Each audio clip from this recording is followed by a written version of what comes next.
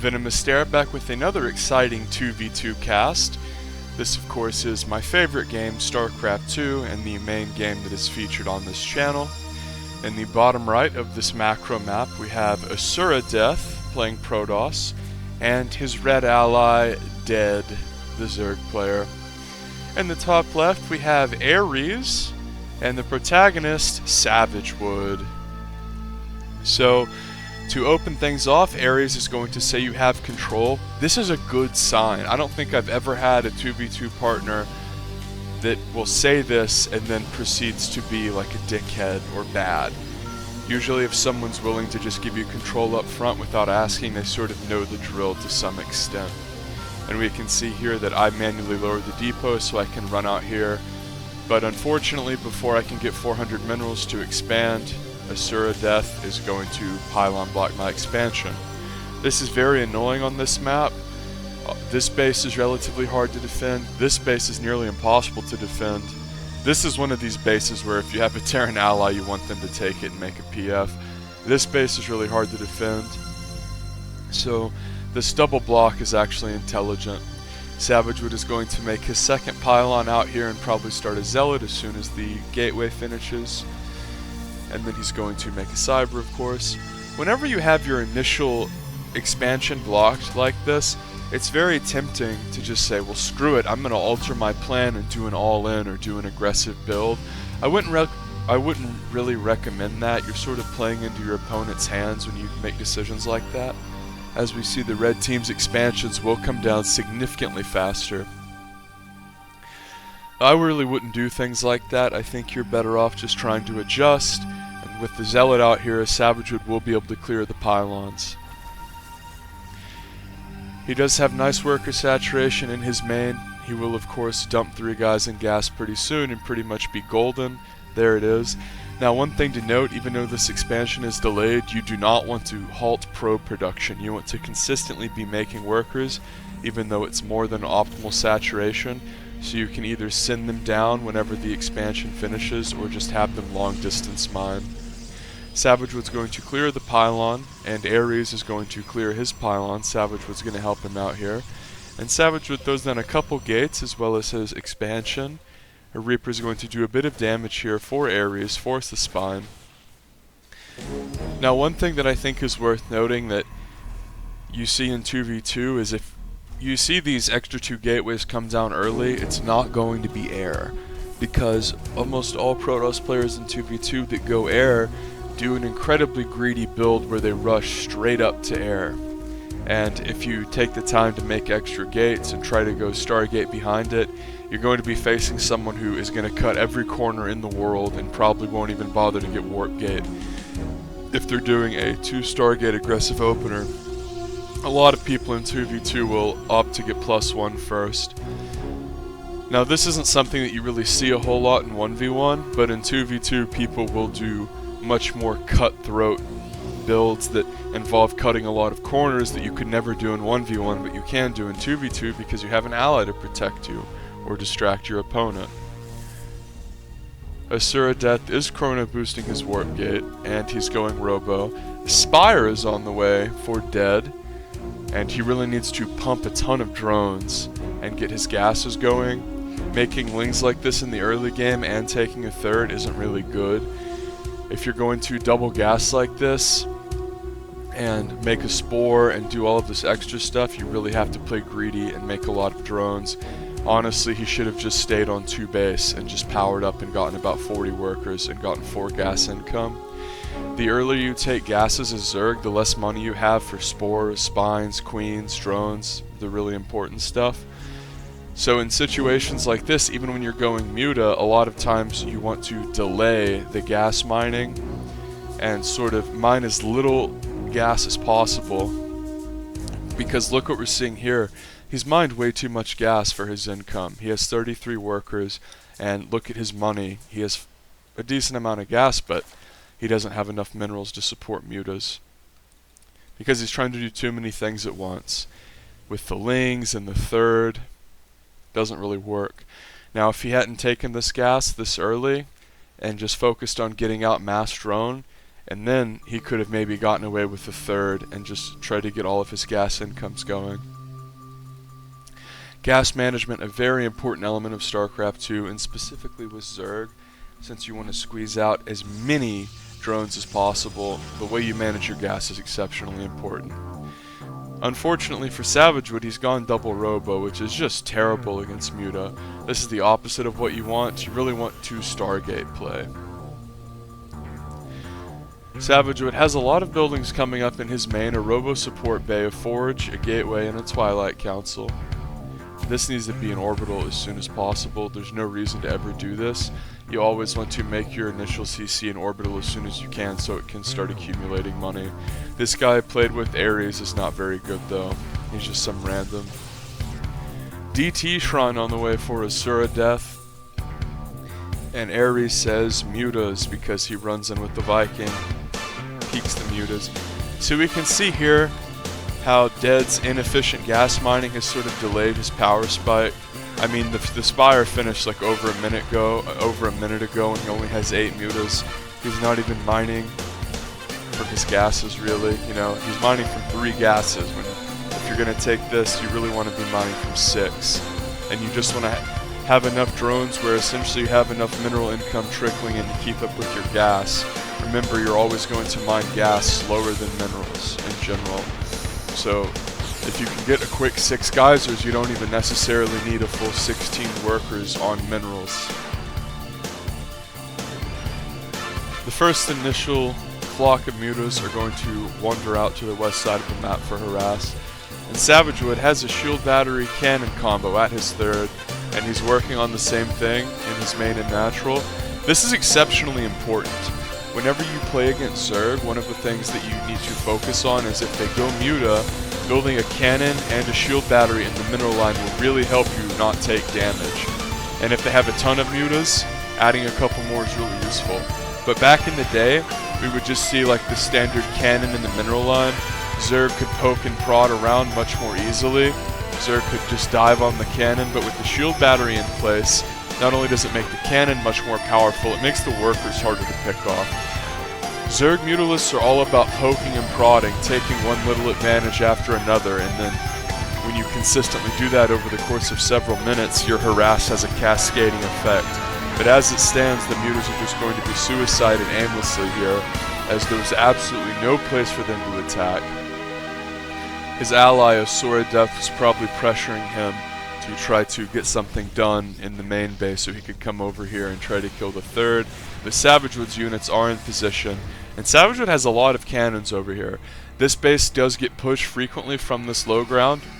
Nice little pylon to scout for that, and people love to come through these reeds because when they sit up on this high ground, they control a lot of the map, especially this third, and then they can just wheel around and camp over here up top to harass this third. So this little area is incredibly important to defend, so seeing the extra cannons with the battery there is very intelligent. And one of the things about Protoss that I think a lot of people don't really fully grasp is that a lot of times in the early game, Protoss is about not just scouting and trying to establish an income lead, but once you sort of get your third base and get a backbone, get your upgrades going, that's when Protoss starts to get really scary. If you can sort of hold off all the nonsense in the early mid-game, a little bit of Ling pressure, a little bit of muta harass, suddenly you get in the position that can be really frustrating to play against, where you start to get a lot of stuff that makes the Zerg's life a living hell, and the Terrans for that matter. As we see Psystorm, probably the best ability in the entire game, being researched. DT Shrine on the way as well. And Ares very puzzlingly says, "See the Zerg," and like, let's look at their vision. As I observed like a retard. The only vision they have is this observer that Savagewood made, which does see bases, and Savagewood's going to be like, what? It's like, see what? And then like, going to look around a bit and reposition. Expand a lot of, says Ares. Ares does have a nice little siege tank contingency down here at the third. You always want to make a few Thors against mutas because they deal bonus damage to light units, and the splash is very nice. A lot of times you always have trouble chasing mutas because they're very quick and they're flying units, so they can duck and dodge and run over the dead airspace and whatnot. But with the Thor's long range and splash damage, you can really prevent the Zerg mutas from doing a lot of harass. Mutas are going to swing down here to the 4th base, as is this Protoss army, and let's just look at Ares. He's like microing depots in his base, no freaking clue what's going on. Savagewood will swing down here and try to defend with this little Stalker Sentry mix. Observer is out here for Azura Death. Savagewood is trying to defend here. Azura Death does have DT. Savagewood doesn't have an OBS with his army, and he's going to bring the High Templar down here and try to get some storms off. Gets a great one off on the Protoss units, and then makes the Corruptors run away with another nice one. But the DTs are actually going to do a lot of damage, and Ares just meanders over pretty much after the fight's already over. And Savagewood says scan and pings. Ares doesn't do it. Thankfully, Savagewood does have control, and he scans himself. So Savagewood loses quite a bit of army, but doesn't lose his base, and all things considered, he's doing pretty well. This Observer is still here, spotting a little bit, and the Observer for Azura Death will retreat. Creep spread is starting to be pushed out into the middle of the map. Ares has this middle base, but just isn't making any workers because his macro is terrible. Look at that, it's just an atrocity. Savagewood is trying to get his gas established, and I wouldn't be surprised to see him take another base. Meanwhile, we see a total lack of production here for the Terran player. 4 factories and 1 starport. It's on 3 bases. You can afford way more than that, newbie Terran players. Savagewood does like to take this 5th base out here. One of the things that you can see with Savagewood is that every one of his bases he has cannons and shield batteries. This is very intelligent, especially once the Zerg has already shown mutas off.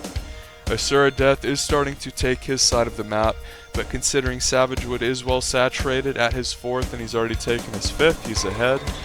The Zerg is a little bit ahead of the Terran player who couldn't really figure out how to make workers. I mean, just look at this. Look at this butchery. I mean, that really does say it all about this player, doesn't it? Savagewood does have a good amount of gates up at the moment, as well as a lot of infrastructure. Mothership on the way for Azura Death. And Savagewood was trying to harass with the DT, but there was a cannon there. The Red Army of Azura Death runs northbound with an Observer and cleans up Savagewood's DT. Creep spread is continuing to expand out here, as it looks like we have a heavy airplay coming from Azura Death, who has not only 5 Stargates, but is getting air upgrades with the Mothership. I think the Mothership overall is really underrated. It's really annoying to deal with, especially when used in conjunction with Terran or Zerg units. It can be a big pain in the ass if you're playing against it. But since you have to tech all the way up to Fleet Beacon to even access it, it's pretty rare. Even for people that go air, they don't really make it enough. Savagewood's trying to do some harass here, and Azura Death has a ton of static defense coming up. And Savagewood's just going to try to pressure, but unfortunately with all of these structures coming up, I don't think he'll be able to do much. He will try to focus the cannons down though. Now if you can kill cannons during your harass, a lot of times someone that dies to that, or rather loses their cannons to that, will be vulnerable to DTs later. But unfortunately Azura Death made about 4 cannons up front, so that's not really going to be the case this game. The Zerg player Dead has teched right up into Broodlords, and he has a lot of Mutacorruptor. Now he's going to fly the Mutas in preemptively. And even though they have good upgrades, and the clueless Terran player literally just started 1-1 at 14 minutes in, most of the Mutas still die. And Savagewood's going to come crashing in here. He wants to attack at the same time as his ally, but since Ares is too dim to switch the Thors to the mode that counters Broodlords, it looks like he might just lose his army here. Savagewood's screaming forward. He's trying to do damage to the carriers, but he has a lot of stuff that just shoots ground. And here comes the Mothership, a big pain in the ass. And as Ares is actually going to peter out here. And we're seeing some pretty poor macro overall from a lot of these players. Savagewood is pressing forward here. The only one who's not floating a spectacular amount, and even he's not spending his money that well. But we do see a tremendous amount of damage in the main that constitutes a rewind, as in 2v2 a lot of stuff can go on at once and it's hard to keep up with. So DTs are warped in. This is always a phenomenal spot to warp in because they'll almost never have vision of it and you can run away and hide in the trees. Savagewood does snipe the hive, which is a pain in the ass. Just absolutely so irritating for Zerg. And as this army peters out and this one does damage to the middle, Savagewood is really going to clean up house in the main. He's going to kill the Greater Spire, he killed the hive.